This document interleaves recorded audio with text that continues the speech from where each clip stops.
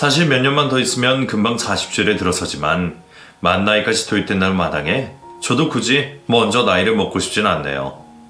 젊음이 한창일 줄 알았던 저도 어느새 앞자리 수가 신경 쓰이는 나이가 되었고 그 사이 짧은 결혼 생활에 망치고 이혼녀 신세가 되었지만 그래도 저는 제 인생이 좋습니다. 넉넉하지 못한 집안에서 태어나 잘난 것 하나 없는 제가 지금은 어엿한 사업가가 되어 있으니까요. 젊어서 청춘을 바치고 남들의 무시를 견디며 제 스스로 이 자리까지 올라온 저였어요. 비록 결혼엔 실패했지만 사업에는 성공했고 저는 앞으로도 제 스스로를 책임질 역량이 있는 사람입니다. 하지만 그런 저도 믿었던 남편에게 피눈물 나는 배신을 당하고 나보다 한참 어린 상간녀에게 비웃음을 당했던 그 과거는 평생 잊지 못할 치욕이 아닐까 싶어요. 그렇다고 내가 무슨 짓을 할 수 있을까 하며 포기하려 했지만 살다 보니 기회가 찾아오기 마련이더라고요. 그래서 제가 작은 복수를 하게 되었던 그 사연을 여러분께 전해보려 합니다. 남편과 저는 소개팅으로 만난 사이였습니다. 당시 저는 일만 하느라 30 넘게 결혼을 못했어요. 부모님은 저를 볼 때마다 결혼 이야기를 꺼내시고 저는 다른 친구들이 결혼하는 걸 지켜만 보다 혼자 남아있었죠. 결국 보다 못한 지인들이 제게 소개팅을 주선하며 남편과 저는 그렇게 만나게 되었습니다. 남편은 중소기업에 다니는 평범한 직장인이었습니다. 그때도 저는 잘나가는 쇼핑몰 대표였기 때문에 연봉으로 따지면 저와 비교도 안 될 정도로 작았지만 저는 그 사람에게 매력을 느꼈습니다. 가방끈 짧은 나와는 다르게 좋은 대학 나와서 똑똑한 그 남자가 멋있어 보였거든요. 늦은 나이니만큼 저희는 결혼을 전제로 만남을 시작하게 되었습니다. 그렇다고 저희들이 천년의 사랑이나 절절한 인연은 아니었어요.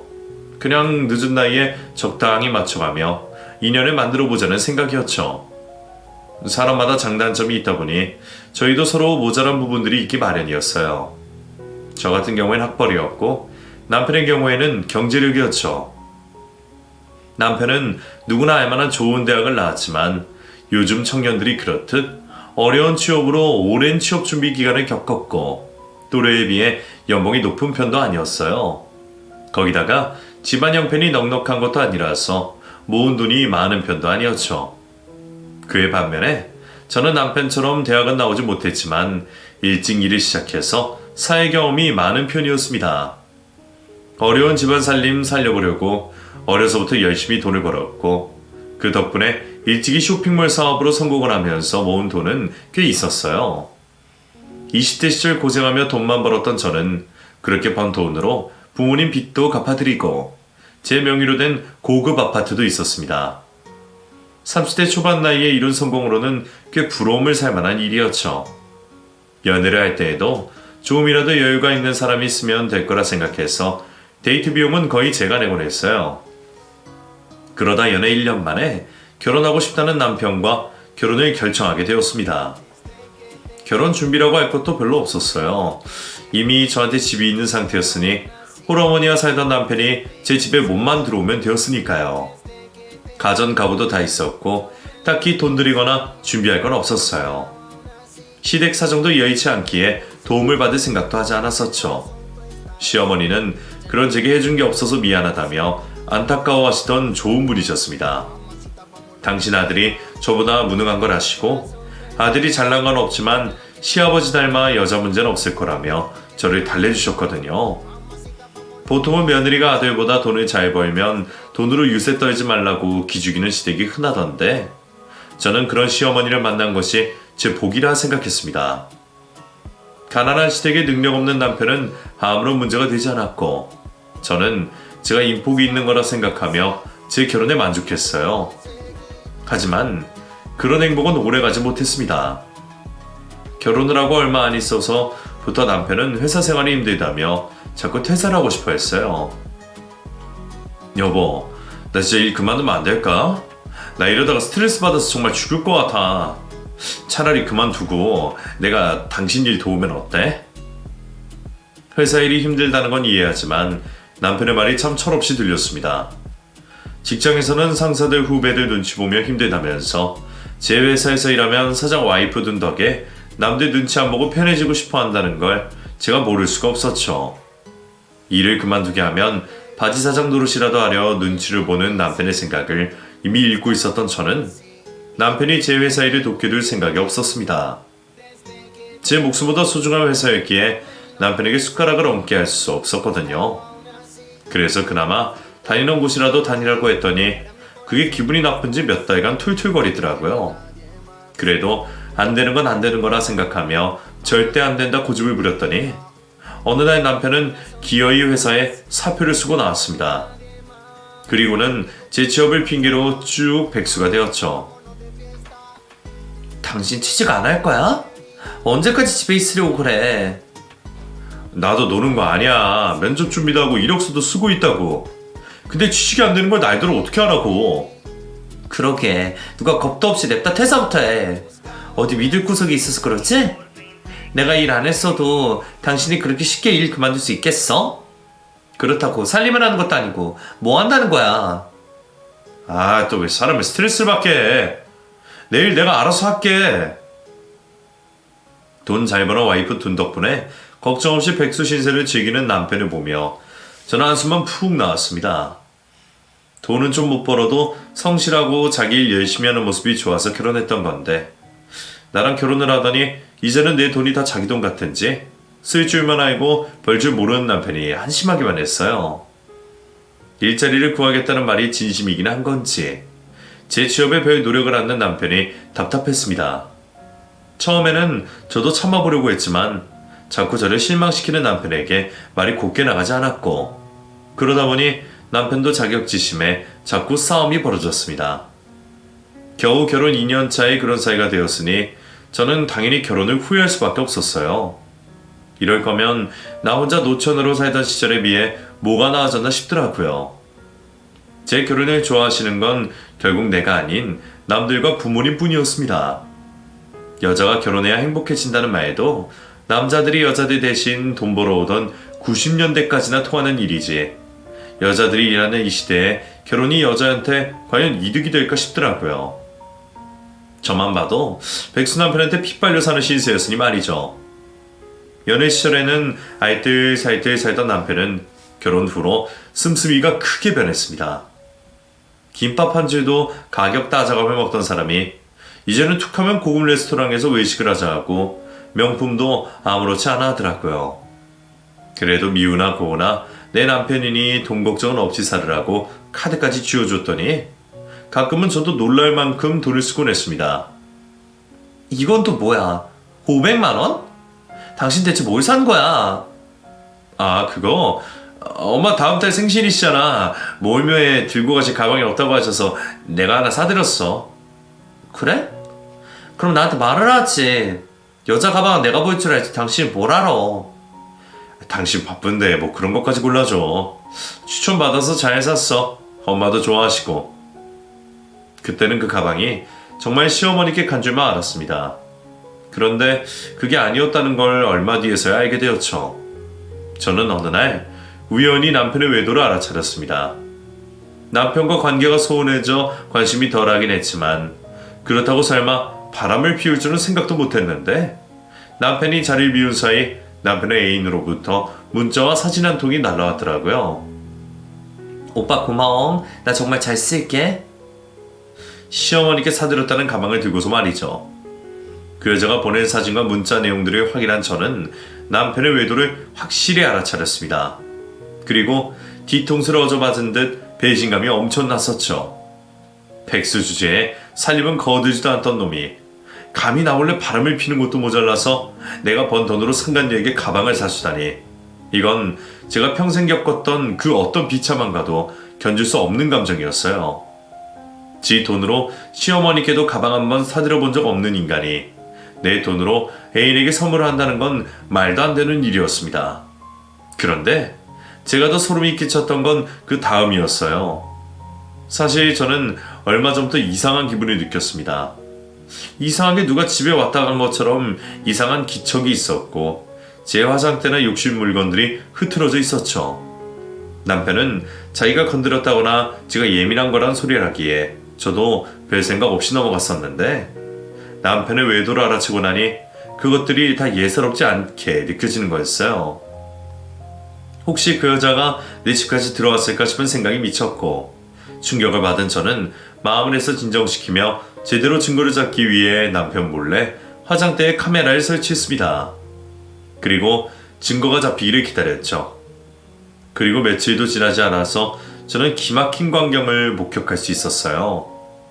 내 남편과 상간녀가 감히 내 집, 내 침대에서 뒹굴고 있는 모습들이 여과 없이 찍혀있더라고요. 오빠, 와이프보다 내가 좋지?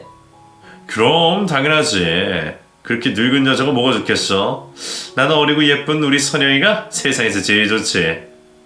그럼 이혼하고 나랑 결혼하자. 오빠 같은 남자가 뭐가 하셔서 늙은 여자랑 살아? 그냥 적당히 위자료 떼어주고 나랑 결혼하면 안 돼? 그건 그래도 이혼은 좀 그렇지. 우리 어머니가 와이프를 예뻐하셔서. 그럼 나는 평생 결혼도 못하고 뒤에 숨어 살아? 나 언제까지 이렇게 둘 거야? 이럴 거면 헤어지든가. 아니야. 이혼할 거야. 할 건데 때가 중요하니까 좀 기다려 달라는 거지.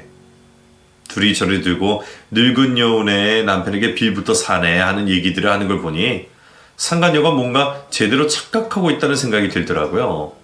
아무래도 내 남편의 재력이 누구 덕인 줄을 모르는 듯 했습니다.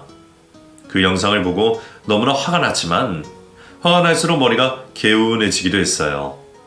당연히 이혼을 할 거지만 이혼하기 전에 3자 대면을 먼저 해야겠다 싶었죠. 그래서 저는 두 사람이 내 집에서 데이트를 즐기는 날 남편에게 회사에 출근했다고 거짓말을 하고 집안에 숨어 있었습니다. 내가 내 집에 숨어 있다는 게 우스웠지만 큰 일을 위해서 그 정도는 감수해야 했죠.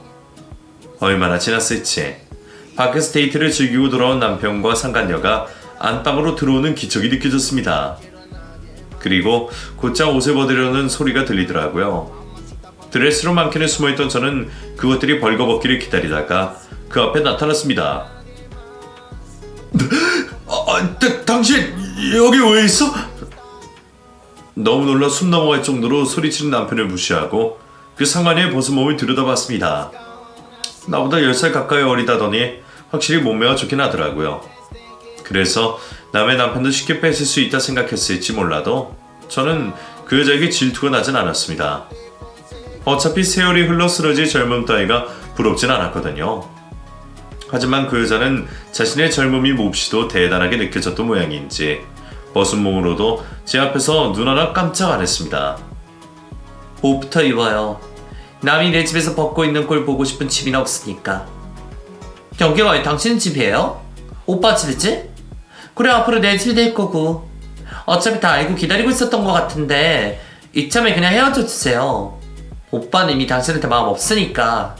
오빠는 날 더 사랑하고 당신만 사라지면 우리는 결혼할 수 있어요.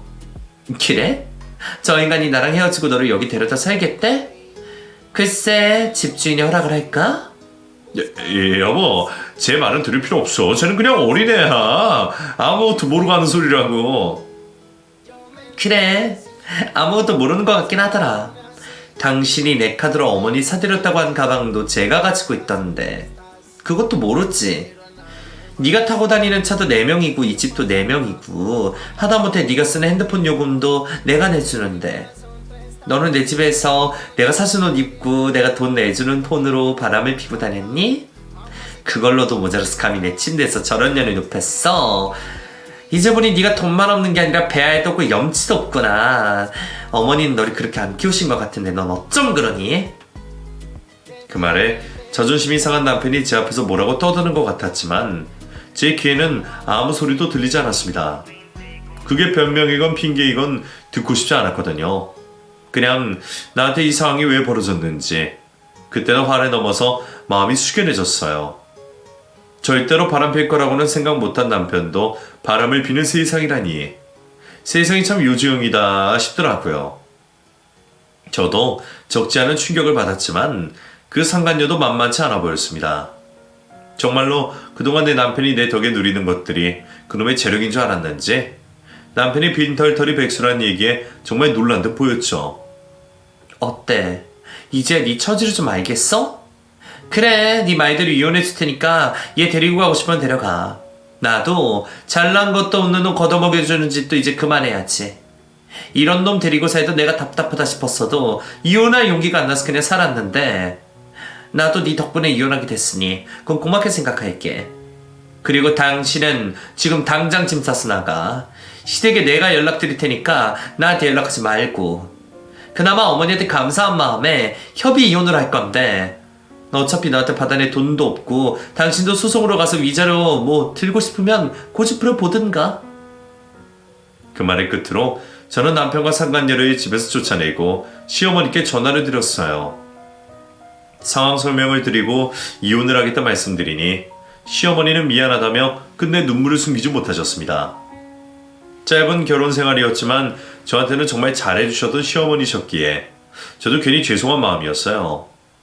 그런 어머니께 어떻게 그런 아들이 나왔는지 정말 의문이었죠.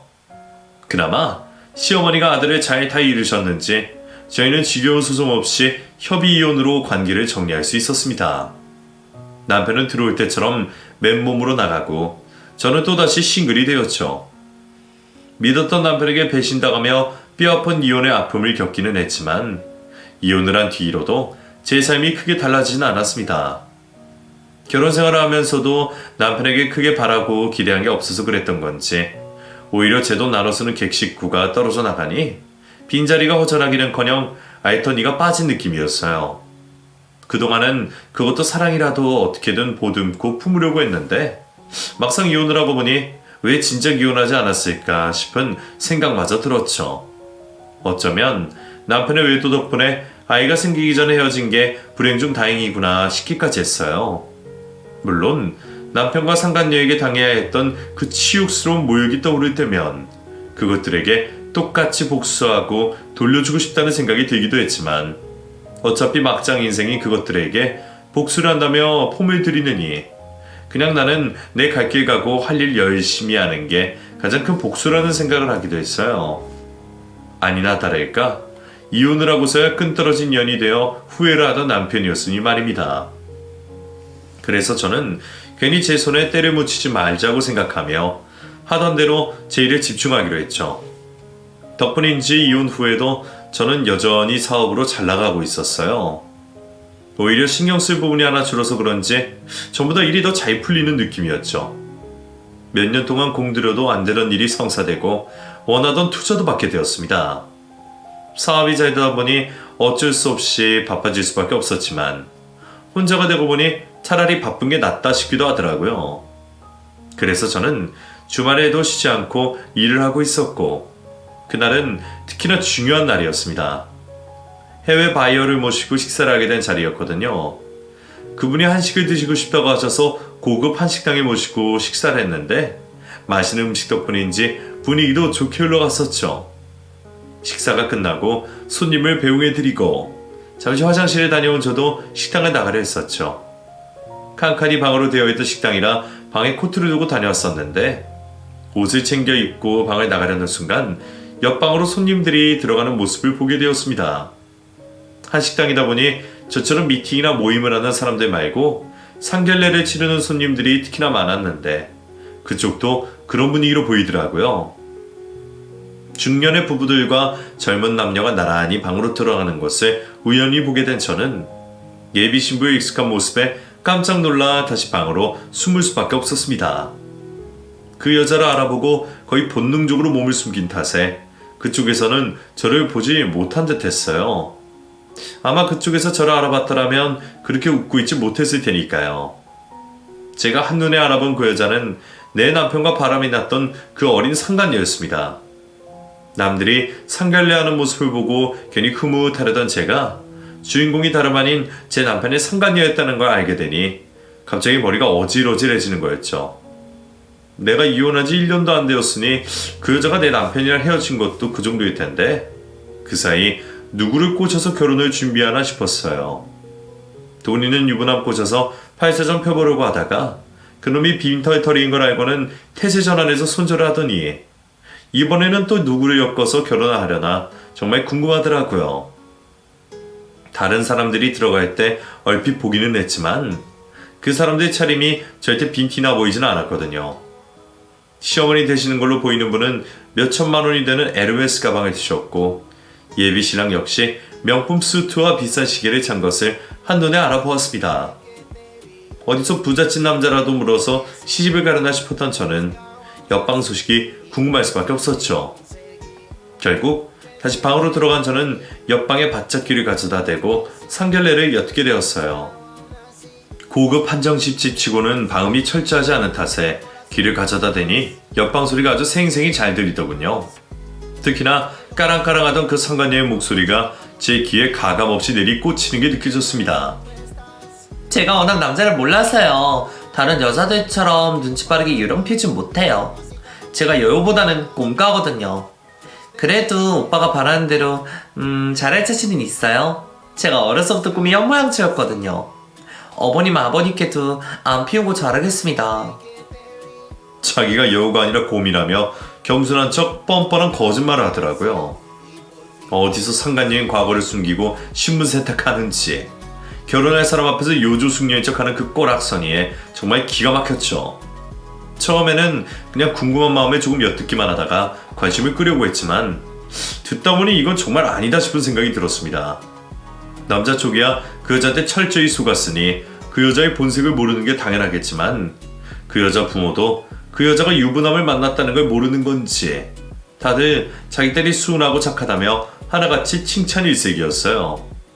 그 순간 저는 이 결혼을 그냥 둬도 되는 건가 싶었습니다. 사실 제가 그 일을 겪을 때만 해도 저는 상간녀보다는 남편에게 화가 났었습니다.